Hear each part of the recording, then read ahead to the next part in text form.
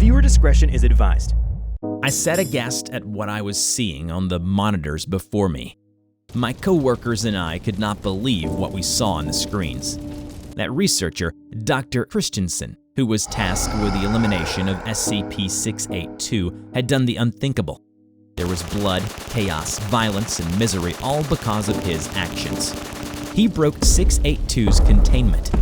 In his hubris, he believed that he had found the method in order to eliminate that abominable creature finally. It was under his belief that if he released it and put it on a path filled with acids, fire, and a rain of bullets, it would die. Obviously, this failed despite the bullets, fire, and acids being of anomalous nature. They failed. Member after member of the Foundation was slaughtered by this creature as he rampaged across their site. And where was the researcher, the so-called doctor that was in charge of this ill-fated operation? The man was miles away by the time the operation to eliminate 682 had started. It was like he knew that the chances of his plan working were not probable in the slightest. Seeing that this was not going to work, Dr. Christensen chose to detonate the on-site nukes. Not only did this kill all of those hiding in the site, but all of those who would have escaped. And the great doctor just sped away in his vehicle.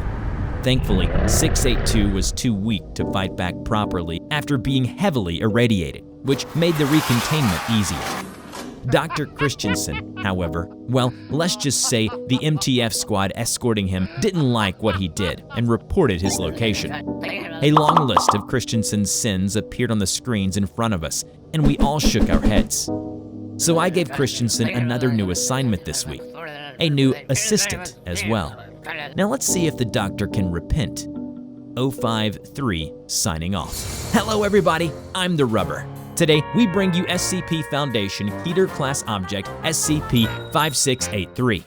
SCP-5683, also known as Will You Walk Into My Parlor, said a spider to a fly, is a large arachnid organism and has been marked for immediate termination as it presents a clear and ever-present threat to humanity. It is a monstrous spider that is kept under heavy sedation by the Foundation in order to buy time to learn how to terminate it. And should it shake off the heavy sedation, the containment in which it is held is flooded with acid. 5683 is capable of thinking, though not on the level of a human, but it can watch and learn, and strategize when hunting its prey, or even identify avenues of escape. 5683 possesses two unique anomalous abilities. The first ability it possesses is absurd regeneration capabilities.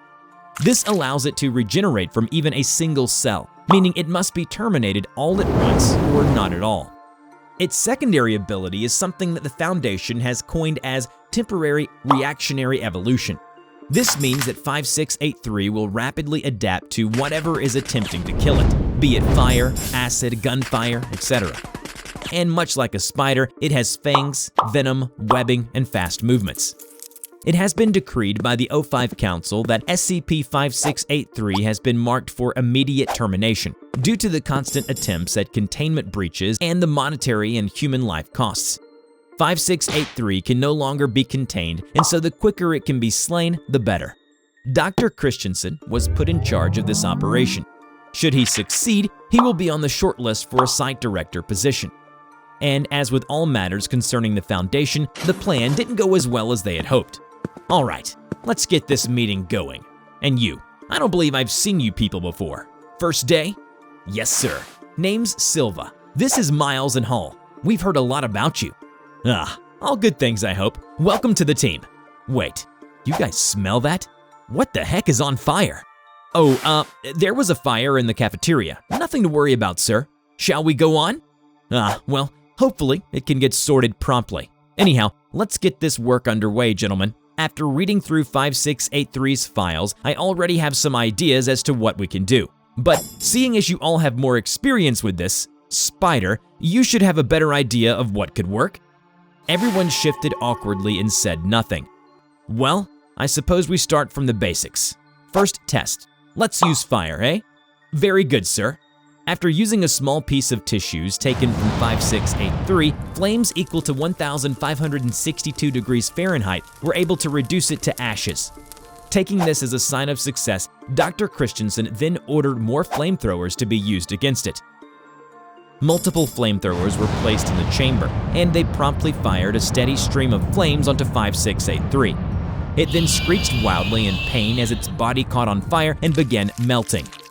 However, 5683's body then rapidly regenerates and thick armored plates cover its body, covered in a gel-like substance that protects it from the flames.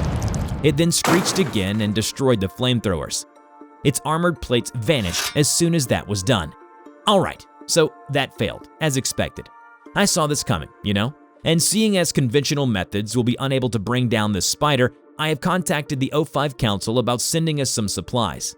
I have asked for anomalous substances that should be able to terminate our spider friend.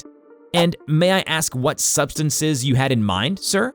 Y220, Y835, and Y436 should be enough to take out 5683.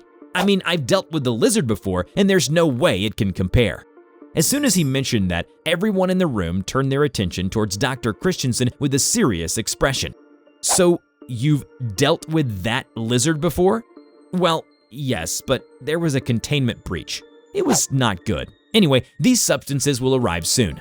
Y220 converted 80% of 5683's body into glass within 9 seconds, which then violently explodes. Unfortunately, 5683 rapidly adapted and began regenerating at a rate not yet seen before, purging the rest of the Y220 from its body. After the application of Y835, 5683 separated into 2 instances of itself, designated as SCP-5683-1 and SCP-5683-2. These 2 instances immediately began a violent brawl with one another. They simultaneously bit down on one another and injected each other with venom. While 5683-2 died almost instantly, 5683-1 adapted to the venom and consumed 5683-2 to regain lost mass. After the application of Y436, 5683 evaporated into a fine mist and vanished. Oh my god, we did it! It worked! We finally did it! Screw you, you overgrown arachnid! As soon as Dr. Christensen finished speaking, the lights in the entire facility went out for exactly 3 seconds. Once the lights came back on, 5683 appeared virtually unharmed. What the? How the hell did it survive that? We watched it vanish into nothingness. Dr. Christensen threw a chair across the room in a fit of rage. Sir, I must recommend that you calm down. I've had enough. I'm authorizing the usage of Y910. Everyone in the room gasped in shock, looking at each other uneasily. Sir, we shouldn't. Are you quite sure we're even allowed to use it? I mean, the risks alone are… I've never been more sure of anything in my life. The Global Occult Coalition uses this stuff to eliminate gods. Plus, if it worked against the damn lizard, I'm sure it can eradicate this spider. Sir, I highly suggest that we don't… Shut up, Silva! Do you know how much I've got riding on this? I've got not only my reputation, but I'm up for a promotion if this succeeds. So, sit down, shut up, and let me do my job. Dr. Silva looked down and said nothing. I'm sorry. Look, if things go south, I'll take responsibility for everything. All right, I'll go make the preparations. Christensen, I'll be holding you to your words. Unfortunately, the application of the substance resulted in a containment breach. Dr. Christensen and the other researchers fled into a secure bunker while 5683 rampaged throughout the facility. They all slumped against the back wall of the bunker, fearful for their lives. Oh God, what went wrong? I followed every procedure there is. This is the worst. Wait, what's that smell? Ugh, it's foul.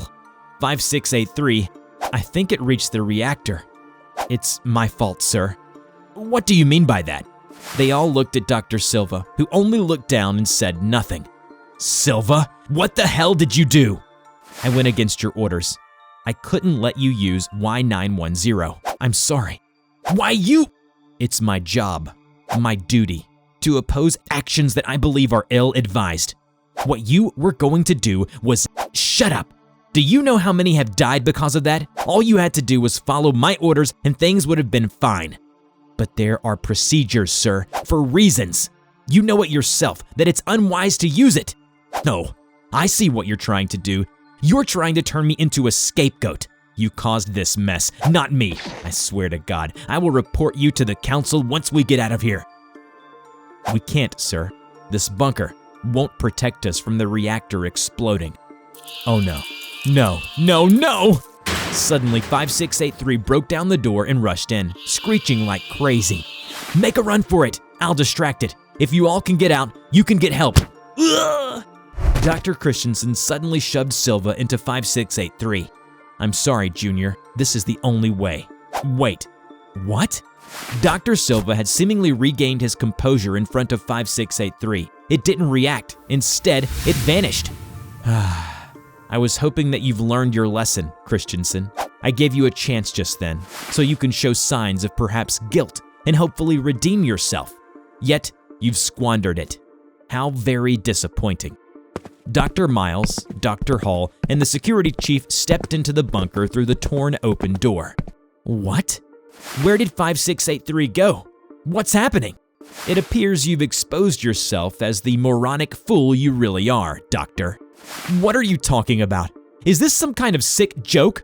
You worked with the lizard before, yes? Why don't you explain how you were the only one to escape that event? All those people on site died because of you. I mean, the MTF squad got you in the end, but you planned it all out so perfectly, right? All to make sure that lizard didn't get you, at least. Who are you people? What do you want from me? To accept responsibility. Dr. Christensen tried to flee from the room, but a chain suddenly appeared around his neck, yanking him back in place. Stop, please. I'm sorry. Please forgive me. No, you don't mean that. It appears another lesson is needed until you get it. But I suppose it's too late for that now. Dr. Silva snapped his fingers. The bunker collapsed, transforming into a hellscape full of blood and fire that stretched endlessly into a void. We are the jury, and you've been judged. Accept your punishment, Christensen. The chain tightened around his neck and dragged Dr. Christensen into darkness. He was screaming nonstop, begging for mercy. As he was being dragged across the ground, slamming into every corner, he saw all of the walls of the site fell down, revealing an irradiated wasteland, blood, fire, and smoke. It was the site which he had destroyed to save himself. He did not learn his lesson. It is done. He paid for his sin,